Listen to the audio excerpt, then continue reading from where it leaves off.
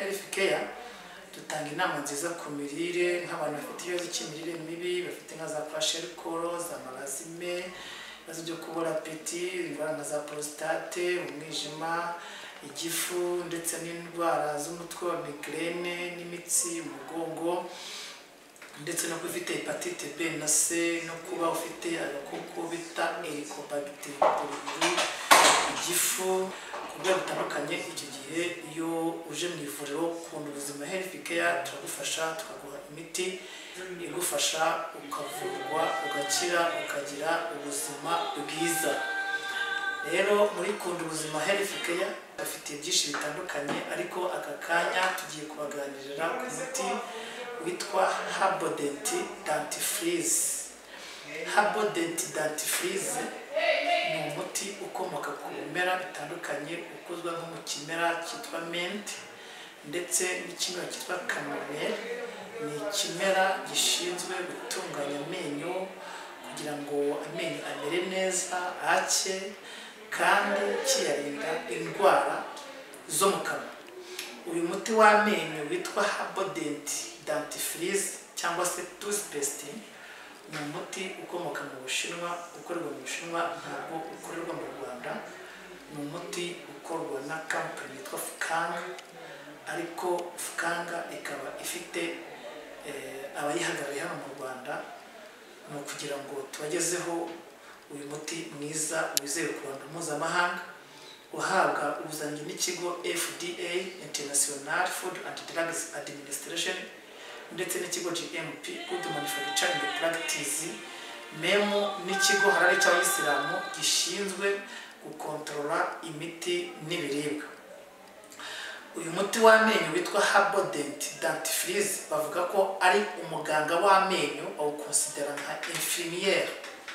Abashakashatsi bashinzwe gukontorora cyangwa se gusuzuma no gutereta indwara zo mu kanwa bagaragaje ko uyu muti w'amenyo wica udukoko twa bagiteri ku kigero cya 95%. Muri make uyu muti ni karuhariwe, ni agatangaza ku bantu bashaka kuwukoresha. Ni umuti mwiza cyane, nta handi wawukura, rero wabona mu ivuriro Kunda Ubuzima Health Care.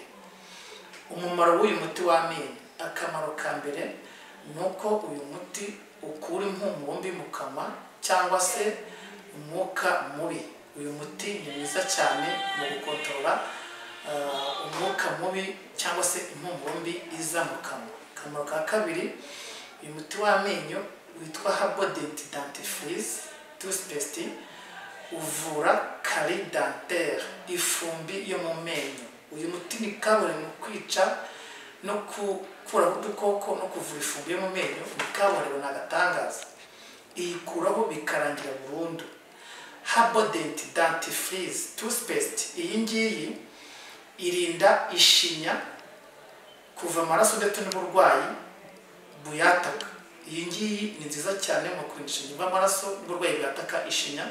Ni nziza cyane ku muntu wayikoresheje HERBEDENT Dentifrice Toothpaste.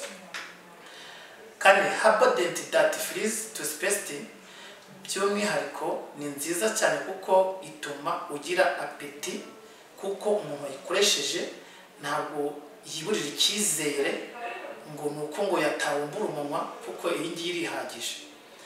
HERBEDENT Dentifrice umumaro wa gatanu, irihagije mu gukuraho bya bibumba biza ku menyo bimeze nk'ibibumba by'umuhondo. Iyi ngiyi ikoresheje byibuze nk'amezi 3 iragenda ikabikuraho, iryinyo rigasigira risa umweru wera de, wera de. Umumaro wa karindwi, HERBEDENT Dentifrice Toothpaste by'umwihariko ivura indwara zo mu kanwa, zataka ururimi, zataka kuribwa mu nkanka ndetse no kumva ururimi rucikamo kabiri. Iyi HERBEDENT Dentifrice Toothpaste iragenda ikerimina ubwo burwayi, kuko ikoreshwa nka antibiotique, antibacteri, antifungus, antidureri, anti-inflammatoire. Uyu muti nicyo ukora. Ndetse uyu muti witwa Dentifrice Herbal Toothpaste urihariye cyane mu kurinda no gukomeza amenyo kugira ngo amenyo atajegajega. Ni mwiza cyane. Ubu ni umumaro wa munani. Umumaro wa 9 iyi HERBEDENT Dentifrice icyo izwiho ni nziza cyane kuko irinda amenyo kuvunguka, iyarinda udukoko n'utubagiteri n'imyanda iba yinjiyemo ijyanye ikayikuramo. Iyi HERBEDENT Dentifrice ikintu izwiho by'umwihariko izwiho gukesha amenyo ku kigero cya 98%. Ni nziza. Iyi HERBEDENT Dentifrice ku mumaro wa 11 nuko iyo wayikoresheje ugiye mu bantu ufite akanyabuneza, useka, wishimye, umwenyura. Rero iyi HERBEDENT Dentifrice notabene kitondera ikoreshwa n'abana ndetse n'abantu bakuru kuko irinda kuvungagurika cyangwa se kwangika kw'amenyo y'abana akabumuka.